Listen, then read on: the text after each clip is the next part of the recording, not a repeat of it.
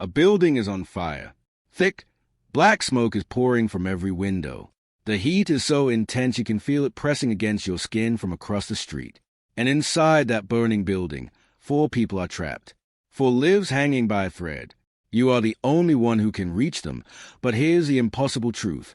You can only save one. One person. One choice. One moment that will define everything about who you really are. Before you decide, I need you to look carefully at the 4 people trapped inside. Really look at them. Because the person you choose to save and the 3 you leave behind will reveal something about your psychology that no therapist, no textbook, no personality quiz has ever shown you before. Person A is an elderly woman in her late 70s. She's pressed against a window on the upper floor, her frail hands beating against the glass, her mouth open in a silent scream. Decades of life are written on her face. She's someone's grandmother, someone's mother, someone's oldest friend. The fire is closing in behind her, and her body is too weak to fight it alone. Person B is a young man in his early 30s. He's strong, capable, clearly someone who could survive under normal circumstances. But there is nothing normal about this moment. A beam has fallen across his legs, pinning him to the floor. He is conscious. He is aware of everything that's happening, and the terror in his eyes tells you he knows exactly how little time he has left. Person C is a child. A small child, no older than 5 or 6 years old, standing alone in a room filling with smoke. The child is crying, confused, calling out for a parent who isn't there. There's no beam trapping this child, no physical barrier, just the overwhelming reality that a 5-year-old cannot navigate a burning building alone. Every second that passes, the smoke gets thicker, and those little lungs get weaker. Person D is a young woman, visibly pregnant, clutching her belly with one hand and covering her mouth with the other, trying desperately not to breathe in the toxic fumes. She's not just one life. She's 2, and both of those lives are fading with every breath she takes in that poisoned air. 4 people, 4 windows, 4 completely different kinds of vulnerability. And you, standing outside with the ability to save only one. I want you to make your choice right now. Don't think about it too long. Don't try to calculate the perfect answer. Just let your instinct speak. Who do you save? A, the elderly woman. B, the young man trapped under the beam. C, the child alone in the smoke. Or D, the pregnant woman carrying an unborn life. Hold that choice in your mind. Lock it in. Because what I'm about to reveal will change the way you understand yourself forever. Before we unpack what your choice means, I need you to understand something crucial. This isn't just a hypothetical game. This is one of the most psychologically revealing scenarios ever designed. Fire, in every culture across human history, represents transformation, destruction, and ultimate truth. When something burns, everything fake, everything superficial, everything pretend is destroyed. Only what is real survives the flames. That's exactly what the scenario does to your personality. It burns away every mask you wear, every social nicety you perform, every carefully constructed image you present to the world. And what's left? The choice you just made. That's the real you. Psychologists call these high-pressure moral dilemmas, and they've been studied for decades. When there's no time to think, when the stakes couldn't possibly be higher, when every option carries unbearable consequences, your subconscious takes over. And your subconscious doesn't lie. It can't. It doesn't know how to perform. It only knows how to react based on your deepest values, your most fundamental beliefs about what matters in this world. The famous trolley problem, introduced by philosopher Philippa Foot in 1967, showed us that moral decisions reveal far more about a person than any questionnaire ever could. But this scenario goes deeper than the trolley problem. The trolley problem asks you to choose between action and inaction. This scenario asks you to choose between 4 forms of innocence, 4 types of vulnerability, 4 equally valid reasons to act. There is no mathematical answer. There is no logical solution that makes one choice objectively correct. And that's exactly why your gut reaction, that instant pull toward one person over the others, is the most honest thing you've said about yourself in years. Now let's find out what the fire revealed about you. If you chose A, the elderly woman, you are what psychologists identify as a heritage guardian. You carry within you one of the rarest and most beautiful orientations in modern society. In a world that worships youth, that celebrates newness, that tosses aside anything that isn't shiny and current, You looked at that burning building and you saw something most people miss entirely. You saw a lifetime of irreplaceable value about to be lost forever. Let me explain why this matters so much. When most people see an elderly woman, they see fragility. They see the end of something. But you don't see endings. You see a living library about to burn. You see 70 or 80 years of memories, wisdom, love, sacrifice, and survival that exists nowhere else in the universe except inside that one woman's mind. And when she's gone, every single bit of it disappears. Permanently, irreversibly, gone. Your core personality operates on a principle that most people understand intellectually, but few people actually feel in their bones. The past is not disposable. The people who built the world we live in, who raised a generation before us, who carried knowledge and culture and family stories through decades of change and upheaval, these people are not expired resources. They are living treasures, and you treat them that way. Your emotional intelligence is rooted in what psychologists call temporal empathy. You have the rare ability to feel connection across time.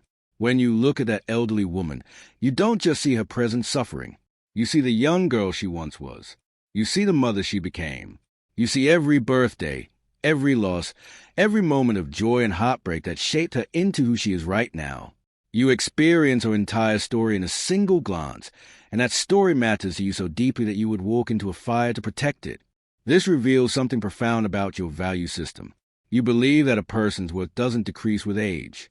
If anything, it increases. Every year lived is a year of accumulated wisdom. Every wrinkle is a chapter in a story that nobody else can tell. Every gray hair is evidence of survival, of resilience, of a life fully lived. And you refuse, on the deepest possible level, to treat that life as less valuable simply because it's closer to its natural end. Your decision-making style is what researchers call retrospective prioritization. When faced with impossible choices, you instinctively protect what is most irreplaceable. And what could be more irreplaceable than a human being who has lived an entire life? A child, as precious as they are, has their whole story ahead of them. An elderly person's story is almost complete, and if it ends in a fire, those final chapters are ripped away. That loss of closure, that theft of a dignified ending, that is what moved you to act. But here's something about yourself you may not have fully recognized. Your choice also reveals a quiet rebellion against one of the most toxic values in modern culture, the worship of productivity and potential. Society constantly tells us that people are worth what they can produce, what they can contribute in the future, how much economic or social value they still have ahead of them. By choosing the elderly woman, you are saying, loudly and clearly, that a human being's worth is not measured by their remaining productivity. It's measured by their inherent dignity. And that dignity never expires. Your mindset operates on a foundation of honor and reciprocity. You understand that the world you enjoy today, the technology, the freedom, the knowledge, the infrastructure, all of it was built by people who are now elderly. The comfortable life you live exists because previous generations worked, sacrificed, and endured hardships you may never fully comprehend. Choosing to say the elderly woman is your way of saying, I remember, I haven't forgotten what you gave me. And I won't abandon you now that you need me. People who share your psychological profile tend to be the ones who call their grandparents on weekdays, not just holidays. The ones who sit patiently listening to long stories they've heard before, because they understand that the act of listening is itself a form of love. The ones who feel a knot in their stomach when they see an elderly person eating alone in a restaurant or sitting forgotten in a nursing home. You carry the weight of intergenerational gratitude, and it shapes every major decision you make. Your confidence in this choice runs deep because it's rooted not in logic or calculation, but in something far more powerful, conviction. You know that some values are timeless, that respecting elders is not an outdated tradition, but a fundamental pillar of what makes us human. And you don't need anyone to validate that belief because you feel its truth in every fiber of your being. The potential challenge you face is one that comes with this beautiful orientation. You may sometimes feel like you're fighting a losing battle against a culture that doesn't share your values. You may feel frustrated watching society push elderly people to the margins, treating them as burdens rather than blessings. You may carry a grief that others don't understand, a mourning not just for individuals but for collective wisdom being lost every day. But I want you to hear this clearly. The world needs you. The world desperately needs people who refuse to let the past be erased, who stand as bridges between generations, who remind us that every ending was once a beginning, and every old person was once young, full of dreams, fears, and hopes just like yours. If you chose B, the young man trapped under beam, you are what psychologists call a crisis-driven realist. Your personality is built on a foundation that most people admire but few truly possess. The ability to see a situation exactly as it is, strip away every emotional distraction, and act based on pure, unfiltered assessment of immediate need. Let me break down exactly what happened in your mind in that split-second decision. You looked at 4 people, all suffering, all desperate, all deserving a rescue. But your brain, operating at a speed that your conscious mind can barely keep up with, instantly identified something that separates B from A, C, and D. The young man is physically trapped. He cannot save himself under any circumstances. The elderly woman could potentially move. The child could potentially be guided by voice. The pregnant woman could potentially crawl toward an exit. But the man pinned under a beam? He is going nowhere. Without direct physical intervention, he is guaranteed to die. Not probably. Guaranteed. This tells us something remarkable about how your mind processes moral complexity. You don't get paralyzed by emotional weight. You don't get overwhelmed by the sheer impossibility of the situation. Instead, you do something that very few people can do under extreme pressure. You triage. You assess. You prioritize based on survivability without intervention. And in that assessment, you identify the person whose survival is most dependent on your specific action. Your personality is characterized by what psychologists call functional empathy. This is different from emotional empathy, which makes you feel what others feel, or cognitive empathy, which makes you understand what others feel. Functional empathy makes you act on what others need. You don't waste precious seconds feeling overwhelmed by the horror of the situation. You channel every ounce of your emotional energy into effective action. In a crisis, you are the person everyone else looks to, not because you don't feel the fear, but because you don't let the fear make your decisions. Your value system is built on a principle of maximum effective impact. You believe that when resources are limited, and in this scenario you are the only resource, those resources should go where they will make the most measurable difference. The young man's situation is binary. With your help, he lives. Without it, he dies. That clarity of outcome appeals to your results-oriented nature. You don't want to help in the abstract. You want to help in ways that produce undeniable, concrete results. This also reveals something about how you view human capability and autonomy. You instinctively assess each person's ability to help themselves, even partially. You gave weight to the fact that the elderly woman, despite her frailty, has agency. The child, despite their youth, has mobility. The pregnant woman, despite her condition, has consciousness and physical freedom. But the man trapped under beam has none of these things. He is completely, utterly dependent on external rescue. And for you, that total helplessness is what tips the scale. Your worldview tends toward what researchers call meritocratic pragmatism. You believe that the best decisions aren't always the ones that feel the most emotionally satisfying. Sometimes the right choice doesn't produce the warmest emotional glow. Sometimes it's clinical. Sometimes it's cold. But it's effective. And in a burning building, effectiveness isn't just preferred. It's everything. Feelings can be processed later. Death cannot be undone. People who share your psychological profile often excel in situations that would overwhelm others. You're the person who stays calm when everyone else panics. The one who starts directing traffic at an accident scene before emergency services arrive. The one who reads a safety card on an A-plane because you genuinely want to know where the exits are. You don't do these things because you're paranoid. You do them because you understand a truth that most people avoid. The universe doesn't care about your feelings. Bad things happen. And when they do, the people who survive are the people who act with clarity, not the people who act with the most emotion. Your confidence in this choice is rock solid because it's built on logic rather than sentiment. If someone challenges your choice, you can walk them through your reasoning step by step, and at every step, the logic holds. You didn't choose based on who made you feel the saddest. You chose based on who needed you the most. And need, for you, is measured not by emotional appeal but by objective dependency. The potential challenge you face is that your rational approach can sometimes be misread as coldness. People who operate primarily on emotion may look at your choice and think you don't care about children or elderly people or pregnant women. But they'd be wrong. You care deeply. You just express that caring through action rather than feeling. And sometimes, in a world that values a performance of emotion over the substance of action, that difference can make you feel isolated. But here's what you need to remember.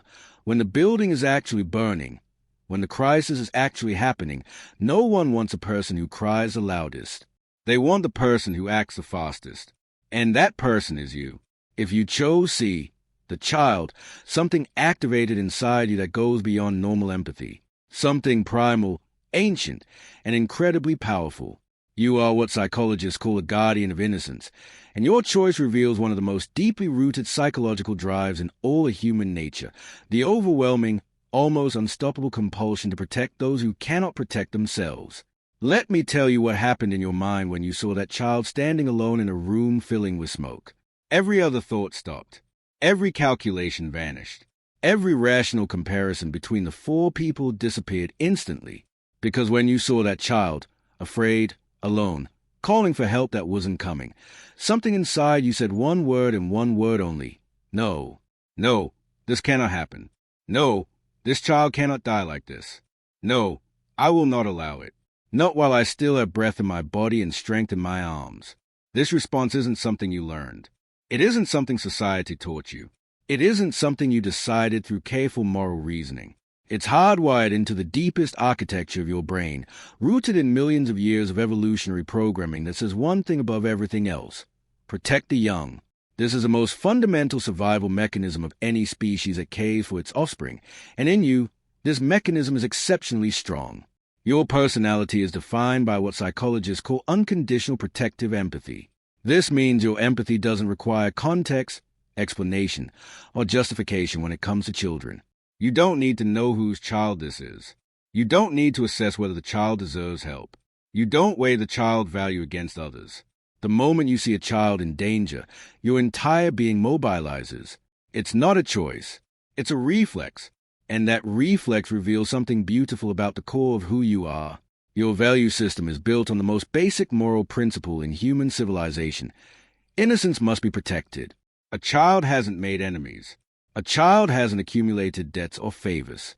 A child hasn't had time to be anything other than what they are, a pure, unwritten possibility.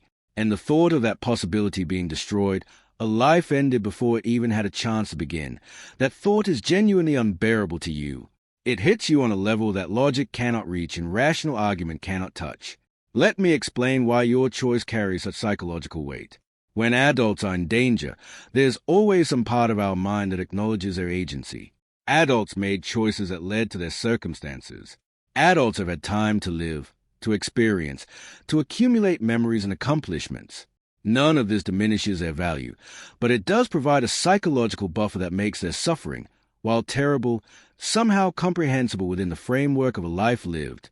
But a child in a burning building? There is no framework for that. There is no way to make that comprehensible or acceptable. A child's death is the most profound violation of the natural order that the human mind can conceive, and your instinct to prevent that violation, at any cost, reveals that your moral compass points unerringly toward the protection of pure, unblemished life. Your emotional response pattern is characterized by what researchers call empathic urgency. When you encounter a threat to a child, your body doesn't just feel empathy. It generates urgency. Your heart rate increases. Your muscles tense. Your focus narrows. Your brain floods with chemicals that scream one message: act now. This isn't anxiety. This is purpose. Your body is preparing you to do exactly what your soul demands. Put yourself between innocence and harm. People who share your psychological profile tend to be the moral foundations of their communities. You're the neighbor who notices when a child looks neglected. The stranger who stops to help a lost child in a shopping center while everyone else walks past. The person who cannot watch news stories about child abuse without feeling physically ill. You carry children suffering in your body, not just your mind. And while that can be exhausting, it's also what makes you irreplaceable. Your confidence in this choice doesn't come from intellectual certainty. It comes from moral clarity. You chose a child not because you calculated it was the optimal choice, but because you couldn't not choose a child. The pull was too strong, too fundamental, too deeply rooted in everything you believe about right and wrong. And here's a remarkable thing. You don't feel guilty about the others you didn't choose. Not because you don't care about them, You do, but because your moral clarity is so powerful that it overrides a paralysis of guilt. You know, with absolute certainty, that protecting a child is never the wrong decision. The potential challenge you face is emotional overload. Because you feel threats to children so intensely, you may find yourself overwhelmed by the state of the world. Every news headline about a child suffering hits you personally. Every story of neglect or abuse drains something from you that's hard to replenish. You may sometimes need to step back to protect your own emotional health so that you can continue to be the protector that children need. Remember that you cannot pour from an empty cup, and taking care of yourself is not selfishness. It's preparation for the next time innocence needs a guardian. If you chose D, the pregnant woman, you possess one of the most sophisticated and complex moral frameworks of all four choices. You are what psychologists call a holistic life architect, someone who sees beyond the immediate moment and understands the invisible connections that weave all of life together. Your choice wasn't simple, and anyone who tells you it was doesn't understand what they are looking at. When you chose a pregnant woman, you weren't just choosing one person. You were choosing two. You saw what others might have missed in the chaos, that inside that woman, hidden from the fire and the smoke and the world's judgment, another life exists. A life that hasn't taken its first breath. A life that has no voice, no agency, no ability to cry out for help. And you chose to be that voice. You chose to be the hands that carry both of them to safety. This reveals a psychological trait that is both rare and extraordinarily valuable. Systems thinking applied to moral decisions. Your brain doesn't isolate individuals. It sees networks, connections, ripple effects. When you look at the pregnant woman, you don't see one person. You see a mother and child. You see a family that will exist. You see birthdays that will be celebrated. You see a first word, a first step, a first day of school. You see a grandmother who will one day tell stories about how she survived a fire while pregnant. You see generations, and you chose to protect all of it. Your core personality operates on what psychologists call multiplicative empathy. Where most people's empathy responds to the individual in front of them, your empathy multiplies. You feel for the woman and the unborn child. You feel for the father who isn't there. You feel for the grandparents who are waiting.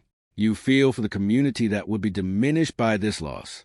Your emotional experience of this scenario is not single-threaded. It's woven from dozens of threads that connect one life to many. Your value system centers on the principle of maximum life preservation. Given the impossibly limited choice of saving one person, you found a way to save two. This isn't cold calculation. It's creative morality. It's the refusal to accept the limitations of the scenario as absolute. Where others saw 4 choices, you saw 5 lives. And by choosing D, you maximize the lives saved within the constraints you were given. This kind of thinking reveals a mind that doesn't just react to problems. It redefines them. Your worldview is deeply rooted in what researchers call future-invested empathy. You understand something that not everyone grasps. The present moment is not all that exists. Every person alive is a link in a chain that stretches backward into history and forward into possibility. The pregnant woman is, quite literally, that chain made visible. She carries the past in her genes and the future in her womb. By saving her, you're not just rescuing one person from one fire. You're preserving a link in the chain of human continuation. This reveals something else about your personality that deserves recognition. You have an exceptional ability to hold complexity without becoming paralyzed by it. Many people, when faced with a scenario this intense, shut down the complex parts of their thinking and default to simple, emotion-driven reactions. But not you. You maintain the ability to see the full picture, to recognize the dual nature of DS situation, and to act on that recognition. In psychology, this is called cognitive complexity under stress, and it's one of the strongest predictors of effective leadership in crisis situations. People who share your psychological profile are often the quiet strategists of their social circles. You're the one who thinks 3 steps ahead. The one who asks, and then what happens? The one who doesn't just solve today's problem, but builds solutions that prevent tomorrow's problems. You understand that every decision sends ripples through time, and you make your decisions accordingly. Your confidence in this choice comes from a unique source, mathematical and moral harmony. You can justify your choice both emotionally, you saved a mother and her unborn child, and logically, you maximize lives saved. This dual justification gives you a peace that the other choices might not provide, because you know that your heart and your head arrive at the same answer independently. When emotion and logic agree, confidence isn't just possible, it's inevitable. The potential challenge you face is the burden of seeing too much. Because your mind naturally sees connections and ripple effects, you may sometimes feel overwhelmed by the weight of decisions that others make easily. Every choice feels heavy to you because you see its consequences spreading outward like waves. This can lead to decision fatigue, analysis paralysis, or a tendency to overthink everyday situations that don't actually require the depth of analysis you naturally apply. Learning to calibrate, to give simple decisions simple attention and save your profound analytical ability for moments that truly deserve it will be one of your life's ongoing projects. Now here's the deeper truth that ties everything together, and I need you to listen carefully because this is the part that matters most. There's no wrong answer. I will say it again because it's that important. There's no wrong answer. The building is burning, 4 people are trapped, and you can only save one. Every single choice you could have made is an act of extraordinary courage. Every single person you could have chosen to save is someone who desperately needed saving. The fact that you chose one does not mean you abandoned the others. It means that in a moment of impossible pressure, you reveal which type of vulnerability speaks loudest to your soul. If you chose A, you are a heritage guardian who honors the past and refuses to let wisdom be consumed by flames. If you chose B, you are a crisis-driven realist who sees clearly when others are blinded by fear and act decisively when action matters most. If you chose C, you are a guardian of innocence whose primal protective drive represents the very foundation of human survival. If you chose D, you are a holistic life architect who sees the invisible connections between lives and fights to preserve the chain of human continuation. None of these are superior to the others. All of them are essential. A world that only protects the elderly would lose its children. A world that only saves the strong would abandon the vulnerable. A world that only guards children would forget its elders. A world that only thinks in terms of numbers would lose its heart. We need all 4 types. We need heritage guardians and crisis realists and innocence protectors and life architects, all working together, all bringing their unique moral orientation to bear on a world that desperately needs every single one of them. But here's what I want you to carry away from this experience. Your choice, whatever it was, also reveals your blind spots. The people you didn't choose, they represent the types of vulnerability that your psyche doesn't respond to as strongly. And that's not a flaw. It's an invitation. An invitation to grow. An invitation to expand your circle of instinctive empathy. An invitation to recognize that the values driving your choice, while beautiful and valid, are not the only values worth holding. If you chose A and overlooked B, consider this. There are people trapped by circumstances, not just by age, who cannot free themselves without direct intervention. If you chose B and overlooked C, reflect on this. Not every crisis is visible, and not every need can be logically measured. Sometimes the quiet suffering of a child in a room filling with smoke is the most urgent crisis of all. If you chose C and overlooked D, think about this. Life doesn't exist in isolation, and sometimes protecting one visible life means you also need to see the invisible life that depends on it. If you chose D and overlooked A, remember this. Maximizing numbers is important, but so is honoring the irreplaceable value of a life fully lived. This is not about guilt. This is about growth. The fire didn't just reveal who you are. It revealed who you could become. Every choice you didn't make is a door you can still open. Every value you didn't prioritize is a muscle you can still strengthen. The goal isn't to change your instinct. Your instinct is beautiful. The goal is to complement it, to add new dimensions to your moral vision. To become someone who could walk into that burning building and feel the pull of all 4 windows equally, because you've done the inner work to expand your empathy in every direction. I want you to take a moment right now. Close your eyes if you can. Think about the person you didn't save. Not with guilt, but with curiosity. What would it feel like to save them? What part of you would activate? What value would you be honoring?